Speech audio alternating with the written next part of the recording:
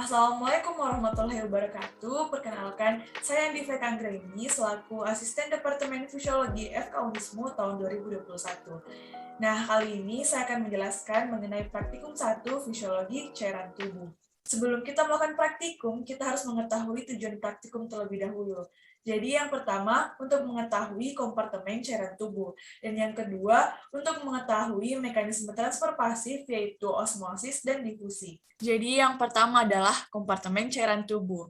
Jadi cairan tubuh kita ini terdiri dari 60% air atau H2O, yang dimana dia terbagi menjadi dua, ada cairan ekstraseluler atau CES dan cairan intraseluler atau CIS. Nah, cairan ekstraseluler atau CES ini mengisi sepertiga atau 20% dari cairan tubuh total, sedangkan CIS ini mengisi 2/3 atau 40% dari cairan tubuh total. Nah, cairan ekstraseluler ini terbagi lagi menjadi tiga. Yang pertama ada cairan plasma yang terdiri dari 5%, kemudian ada cairan interstisial yaitu terdiri dari 15%, dan selanjutnya adalah cairan transseluler yang terdiri dari 1-3%. Nah, selanjutnya ada pun transfer membran. Jadi, transfer membran ini terdiri dari transfer aktif dan transfer pasif, yang dimana pada transfer pasif ini terdiri dari difusi dan osmosis. Nah, difusi adalah partikel atau ion atau molekul suatu substansi yang terlarut selalu bergerak dan cenderung menyebar dari daerah yang konsentrasinya tinggi ke konsentrasi rendah sehingga konsentrasi substansi partikel tersebut merata. Nah, selanjutnya adalah osmosis.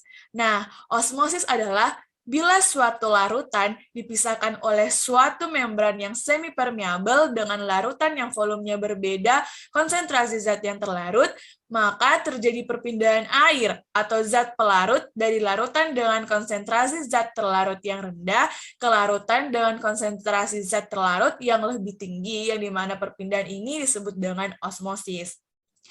Nah, selanjutnya adapun peralatan yang dibutuhkan dalam praktikum kali ini yaitu alat dan bahannya. Yang pertama, air biasa atau aquades, kemudian yang kedua air garam atau gula, kemudian yang ketiga gelas bening, yang keempat sirup atau tinta, yang kelima kentang, yang keenam pisau, kemudian ada 2 buah wadah kecil, dan yang terakhir adalah penggaris. Nah, selanjutnya cara kerja. Yang pertama adalah percobaan difusi, yang dimana yang pertama kita mengisi gelas bening dengan menggunakan air biasa. Kemudian kita teteskan sirup ke dalam gelas tersebut, dan perhatikan perubahan yang terjadi. Nah, coba perhatikan gambar berikut ini, yang dimana pada gelas pertama ini atau tabung pertama kita bisa melihat molekul air dan molekul sirup, yang dimana molekul air dan molekul sirup ini akan terjadi proses difusi. Nah, sehingga molekul sirup ini dan molekul air akan tersebar secara merata, yang dimana inilah disebut dengan proses difusi. Nah, untuk lebih jelasnya lagi, marilah kita simak video berikut ini. Kali ini kita akan melakukan percobaan difusi. Yang pertama, istilah gelas bening atau gelas ukur dengan menggunakan air biasa atau aquades. Kemudian, kita tuangkan 1 tetes tinta ke dalam gelas tersebut dan amatilah perubahan yang terjadi.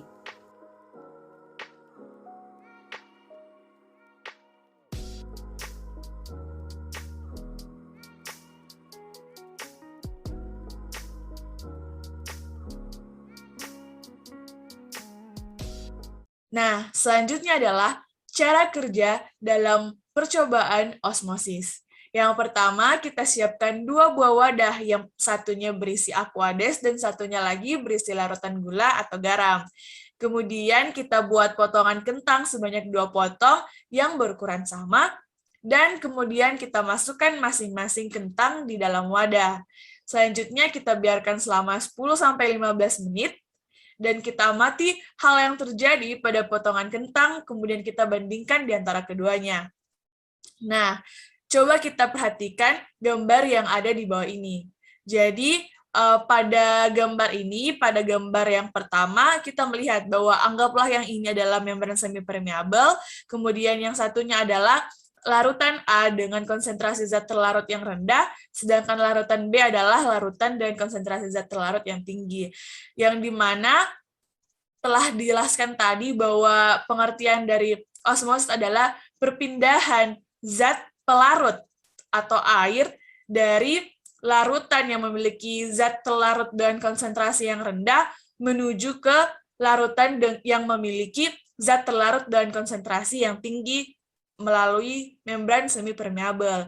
Nah, pada gambar kedua ini telah terjadi proses osmosis, sehingga zat pelarut atau air yang ada pada larutan A ini berpindah melalui membran semipermeabel menuju ke larutan B yang memiliki zat pelarut yang konsentrasinya tinggi, sehingga zat pelarut yang ada di larutan B ini lebih banyak atau meningkat. Nah, yang inilah yang disebut dengan proses osmosis. Nah, untuk lebih lanjutnya lagi, kita bisa melihat video berikut ini. Pada percobaan kali ini, kita akan melakukan percobaan osmosis pada kentang.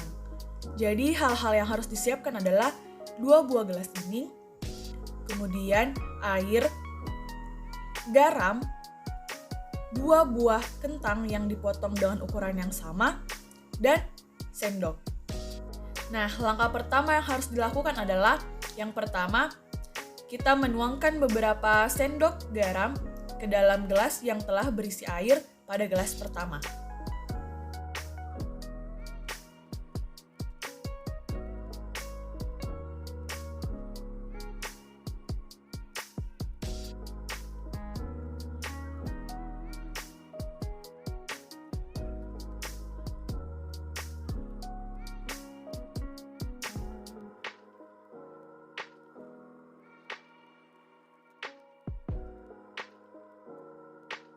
Selanjutnya, kita aduk larutan tersebut hingga air dan garam tercampur merata.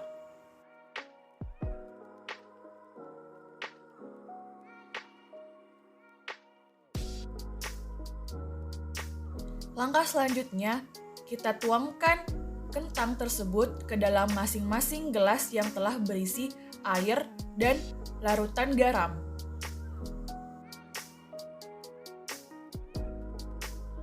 Setelah itu, kita tunggu hingga 10-15 menit atau 30 menit.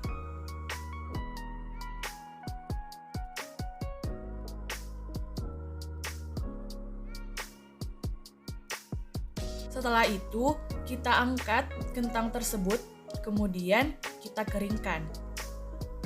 Lalu, amatilah perubahan yang terjadi. Nah, kita bisa melihat di sini bahwa kentang yang telah direndam oleh air atau larutan garam ini berubah warna menjadi sedikit kecoklatan. Kemudian untuk panjangnya kita bisa mengukurnya dengan menggunakan penggaris yang dimana panjang awalnya itu 4 cm. Nah, pada larutan garam atau kentang yang telah dilarutkan dengan garam ini menyusut menjadi 3,8 cm. Nah, selanjutnya kita mengangkat kentang yang telah direndam dengan menggunakan air biasa, lalu kita keringkan seperti biasa, dan kita amati perubahan yang terjadi. Yang dimana warna pada kentang yang telah direndam oleh air biasa ini warnanya berubah menjadi sedikit putih. Nah, selanjutnya kita mengukurnya lagi dengan menggunakan penggaris yang dimana panjang awal dari kentang ini adalah 4 cm, yang dimana setelah dia direndam dengan menggunakan air biasa, panjangnya menjadi bertambah sekitar 4,1 cm. Selanjutnya kita mengamati teksturnya, yaitu pada kentang yang telah direndam dengan menggunakan larutan garam, teksturnya itu menjadi lebih kenyal dan tidak mudah patah. Sedangkan pada kentang yang direndam dengan menggunakan air biasa, teksturnya itu dia lebih keras dan juga dia menjadi lebih mudah patah. Nah, di sini kita bisa membandingkan lagi di antara keduanya, yang dimana sebelah kanan telah direndam dengan menggunakan air biasa dan yang di sebelah kiri telah direndam menggunakan larutan garam.